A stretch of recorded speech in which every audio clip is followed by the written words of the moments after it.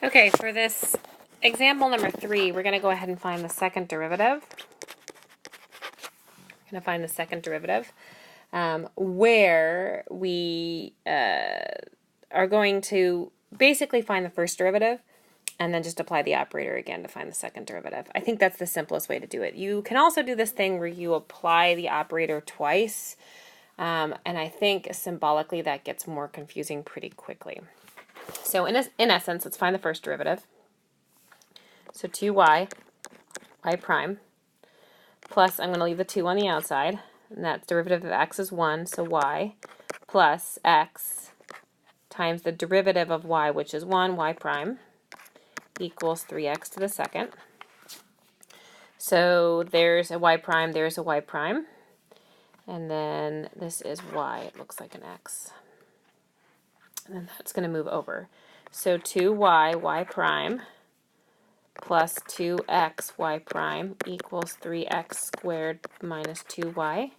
So y prime is equal to 3x squared minus 2y all over 2y plus 2x. Now, like I said, there is a possibility where you could apply the operator twice here. I actually think it's easier if we just do the quotient rule. So y double prime is equal to the derivative of the top, which is 6x minus 2y prime, and then the bottom, and then you can go ahead and subtract the top and the derivative of the bottom. So that's 2y prime plus 2.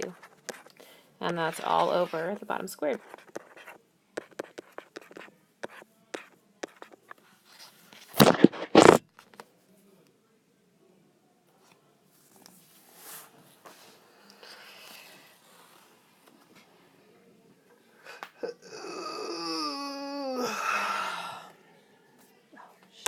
Okay, what's important to note about this final solution is that we actually have a derivative that's in terms of the x.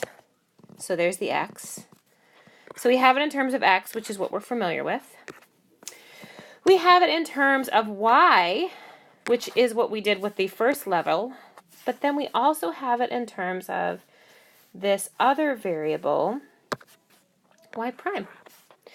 So the second derivative, or the change of the change, the second derivative, how we're measuring how the change is happening, how quickly, how fast the change is happening, has to do with how quick the change itself. So if y prime is a rate of change,